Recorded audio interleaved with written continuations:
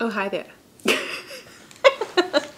Hi everyone, my name is Laura. Welcome to my channel. Here I talk about mental health, minimalism and lifestyle, and today I have dressed up slightly ridiculously because I was like, what outfit do I wear to talk about why being the nice girl sucks and why it's so damaging to try and push girls to just be the nice girl.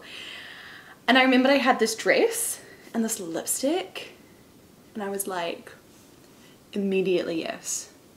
Immediately yes.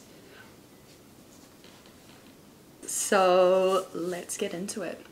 Let's talk first about what the nice girl is and what I understand this to be. So for me, the nice girl is always about the like, it doesn't cost anything to be nice. And well, even if you're smart and successful, you still want to be known as nice.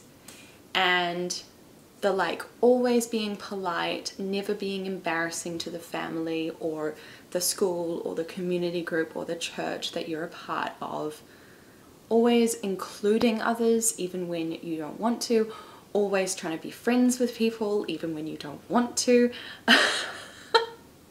always giving people a second chance even when you don't want to.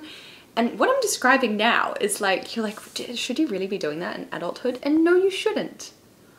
But when you are taught that as a kid, that's what ends up happening. And that is what I mean by why trying to be the nice girl is so damaging. Now, I do not have kids, but I want sassy kids. I say that now. Will I regret that at some point? Maybe. But overall, I want kids who know how to speak their mind. I do not want kids who feel that they have to be quiet and shut up and put up to keep the peace and be nice, and that is their priority. And that's what I think is the case for nice girls.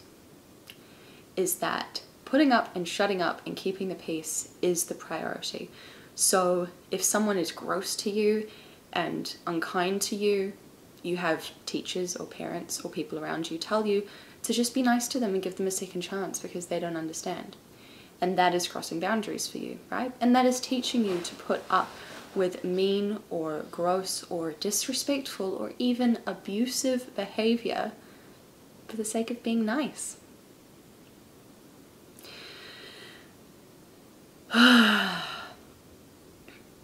This may also be getting into like not living your truth, where you don't want to be doing an activity or a subject at school, or even going down a particular path once you've left school, but you feel like the appropriate thing to do or the proper thing to do and therefore the right thing to do is kind of what everyone expects of you, because you have been taught to prioritize other people's comfort and other people's expectations and other people's feelings over your own.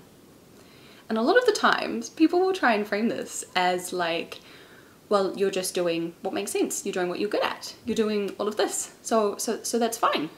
And then, you know, mum and grandma and dad and auntie, I was gonna try to think of a random auntie and all I can think of is my auntie names, and I don't want to like actually call anyone out right now, but Auntie Janet, I don't have an Auntie Janet, there you go. That's what they think is a good idea, and that just makes sense.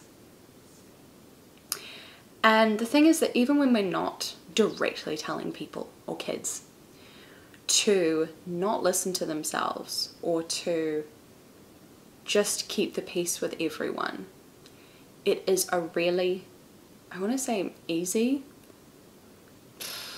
it's kind of an easy trap to fall into. No, do I want to say it's easy? I don't know. I don't know if I want to say that it's easy. I really don't.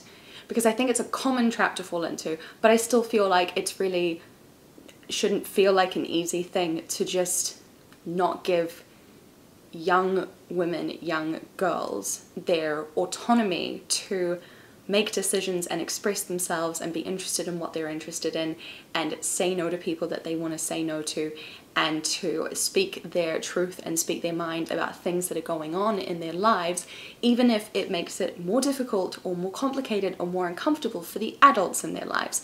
Because guess what? That is what you sign up for when you are an adult in a young person's life, whether that is as a parent or a grandparent or a friend of the family or a member of like a church group or a community group or whatever. The children's job in that situation, I say children, and I can, you know, it might be like a 5-year-old, a 10-year-old, a 15-year-old, right? The children's job in that situation is not to make you more comfortable by being nice to you or being nice in that situation. And it can make it feel easy, and you can want to encourage that.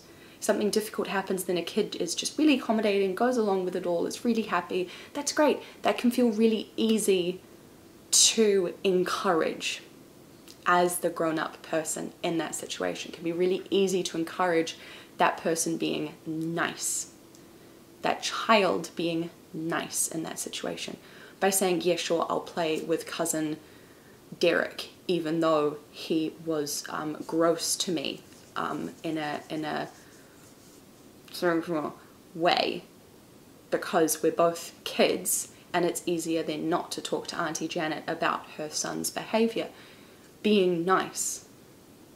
And it may feel to you as a grown-up that being nice in that situation and having that young woman, that young girl, be nice in that situation is helpful for you. But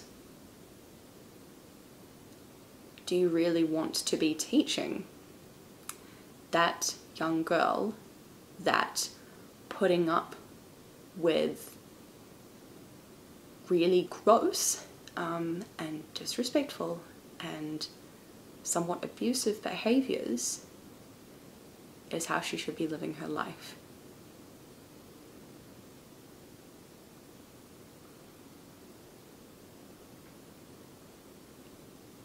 Because we have an epidemic of violence against women.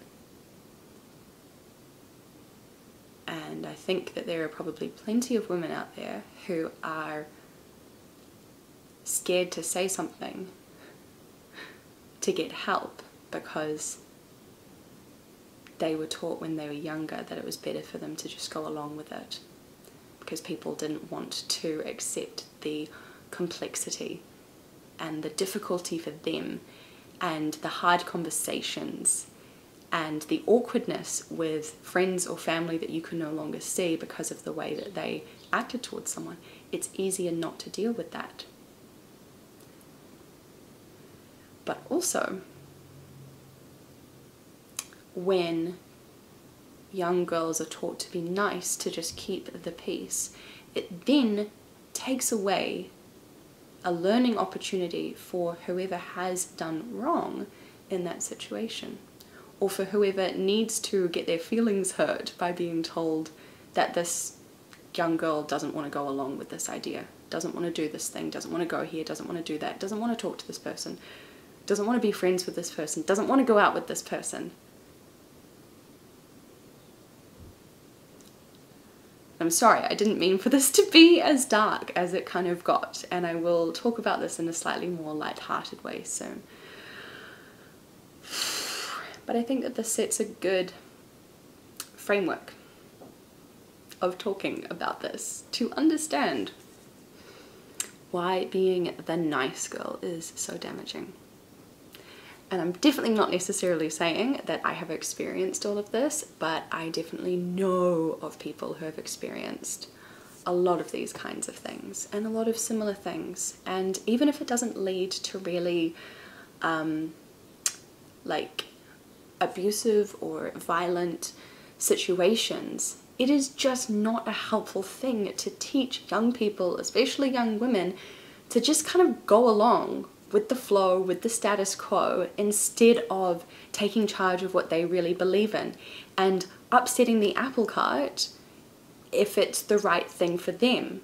More empowered and confident young women in this world is far more of what we need than more nice young women. That's just it. That's really, really just it. Less women just keeping the peace because that's what they've been told to do. They've been told to be nice to everyone. And more women saying no and taking charge and boldly going in the direction that makes sense for them and for the people they care about and their friends and their family who they want to have along for the journey.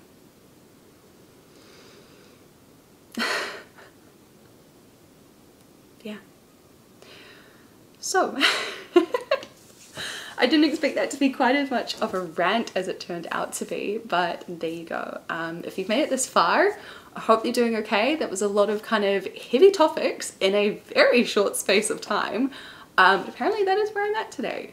I don't know, is it the sassy outfit? I feel like this is so low. It's really not, like everything's really covered, but